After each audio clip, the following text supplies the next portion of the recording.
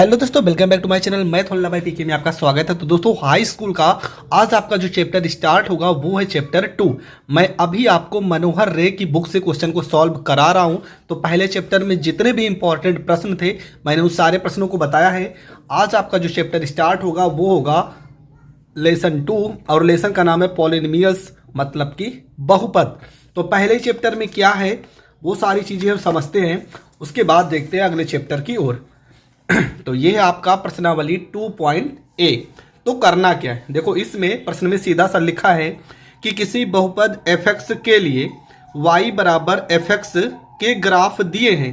प्रत्येक ग्राफ में fx, ये लाइन आप जरूर ध्यान से समझना। आपको fx के शून्यकों की संख्या निकालना है। यहाँ पे f पूछा है। आपको पता है इस ग्राफ में ये जो लाइन होती है वो होती है x अक्ष और ये जो लाइन होती है वो होती है y अक्ष।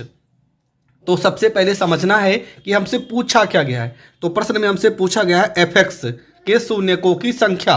तो हमें ये चेक करना है कि इस वाली लाइन पे, जो ये लाइन आपको दिख रही है, इस लाइन पे ये कहाँ कहाँ पे टच कर रहा है। तो यहाँ पर इस लाइन में देखो, यहाँ पर सिर्फ एक जगह पे टच कर रहा है ना। देखो पूरी लाइन में सिर्फ एक जगह पे टच कर रहा है, इसको आप नहीं गिनोगे। ये जो टच कर रहा है तो यहाँ पर शून्यकों की संख्या कितनी हो जाएगी, 1 हो जाएगी। ठीक है, इसके बाद ये आपका प्रश्न नंबर 2 है।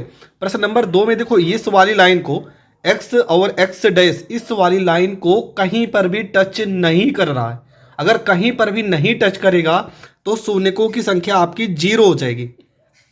इसके बाद अगला प्रश्न जो है, इस वाले प्रश्न पे अगर देखेंगे तो यहां पर इस x वाली लाइन को, ठीक है, x और x अक्ष को सिर्फ एक जगह पे टच कर रहा है, देखो यहां पे।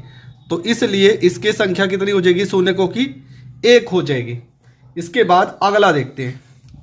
इस वाले प्रश्न में देखेंगे तो यहां पर देखो x और x डैश यहां पर कितनी जगह पे टच कर रहा है, 1 और 1 2 जगह पर। तो यहां पर शून्यकों की संख्या 2 हो जाएगी। इसके बाद अगर इस वाले प्रश्न में देख रहे हैं तो यहां पर 1, यहां पे 2, यहां पे 3, 1 2 और यहां पे 3, कितनी जगह पे टच कर रहा है, 3। तो शून्यकों की संख्या 3 हो जाएगी। इसके बाद इस वाले प्रश्न में देख रहे हैं प्रश्न नंबर 6 में, तो यहां पर 1 और यहां पे 2। तो इस वाले प्रश्न में शून्यकों की संख्या 2 हो जाएगी। ठीक है, फिर से समझ ले रहे हैं। देखो आपको सिर्फ x डैश इस वाली लाइन पे टच देखना है कि कहां पर टच कर रहा है। तो यहां पर एक जगह पे टच किया तो 1, यहां पर इस वाली लाइन में कहीं पर भी टच नहीं कर रहा है तो शून्यकों की संख्या 0। इस वाले प्रश्न में एक जगह पे टच कर रहा है तो 1। प्रश्न नंबर 4 में 2 जगह पे टच कर रहा है तो शून्यकों की संख्या 2। यहां पर 1 1 2 और 1 3, 3 जगह पे टच कर रहा है तो 3। यहां पर 1 और 1 2, 2 जगह पे टच कर रहा है तो शून्यकों की संख्या 2 हो जाएगी। इसके बाद आपका अगला जो प्रश्न है, देखो प्रश्न नंबर यहां पर 7वां। इस वाले प्रश्न में x और x डैश पे कितनी जगह टच कर रहा है। तो यहां पर देखेंगे 1, यहां पे 2, यहां पे 3, यहां पे 4। तो इसमें शून्यकों की संख्या 4 हो जाएगी।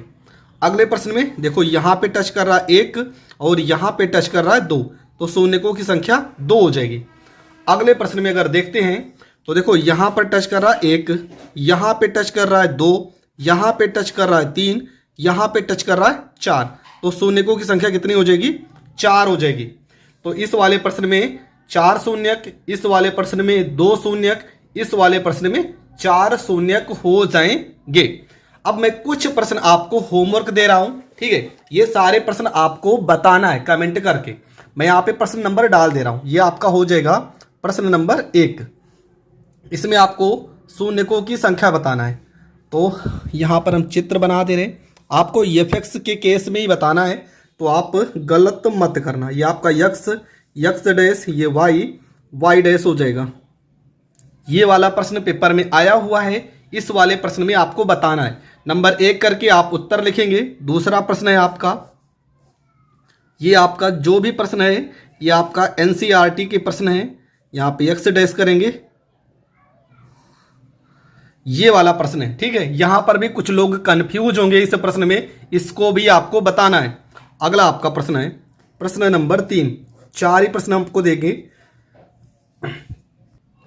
इसमें क्या करना है, यहाँ पे यक्स, यक्स डैश, यहाँ पे वाई, वाई डैश।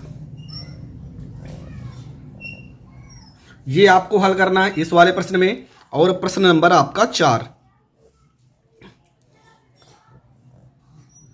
यहाँ पे यक्स, एक्स डैश, यहाँ पे वाई, वाई डैश। ठीक है, ये 4 प्रश्न है, आपको चारों प्रश्न के आंसर कमेंट बॉक्स में लिख देना है। इसके बाद इस चैप्टर को अगर स्टार्ट कर रहे हैं तो कुछ फार्मूले हैं इस चैप्टर के जो मैं यहां पर बता दे रहा हूं। मान लेते हैं यहां पर कोई बहुपद है A X square plus B X plus C बराबर 0। अगर आपसे पूछा जाएगा इस बहुपद का मूलों का योगफल आपको निकालना है, मतलब अल्फा प्लस बीटा आपको निकालना है, तो इसका फार्मूला क्या होता है?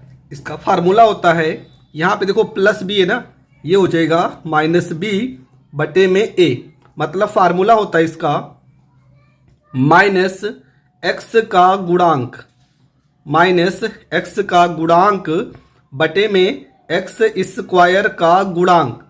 ये होता है इस प्रश्न का फार्मूला। ठीक है, अल्फा प्लस बीटा अगर निकालेंगे तो माइनस एक्स का गुणांक बटे में हो जाएगा एक्स स्क्वायर का गुणांक। अगला अगर देखते हैं अल्फा इंटू बीटा अगर निकालना हो तब कौन सा फार्मूला लगाते हैं? तब लिखेंगे अचर पद बटे में एक्स स्क्वायर का गुणांक। तो अचर पद आपका क्या है? अचर पद आपका सी है, तो यहां पर सी लिखेंगे, और एक्स स्क्वायर का गुणांक ए है तो यहां पर ए लिखेंगे। हो जाएगा आपका सी बटे में ए। अगला अगर फार्मूला आपको निकालना हो कि बहुपद का समीकरण अगर आपको निकालना हो तो इसका फार्मूला होता है एक्स का square minus alpha plus beta, यहाँ पे यक्स प्लस में अल्फा बीटा बराबर 0। ये फार्मूला होता है बहुपद के समीकरण का। ठीक है, तो ये वीडियो में हमने आपको क्या बताया कि शून्य की संख्या कैसे निकालते हैं, और इस जो बहुपद चैप्टर आपका स्टार्ट हो रहा है इसमें कौन से फार्मूले प्रयोग होंगे, उन फार्मूलों को हमने बताया है। इसके बाद का जो आपका टॉपिक होगा उसमें हम शून्यकों की संख्या निकालना सीखेंगे। तो ये सारे के सारे टॉपिक आपको समझ में आ गए होंगे, समझ में आ गए हैं तो मिलेंगे नेक्स्ट वीडियो में। तब तक के लिए जय हिंद, जय भारत।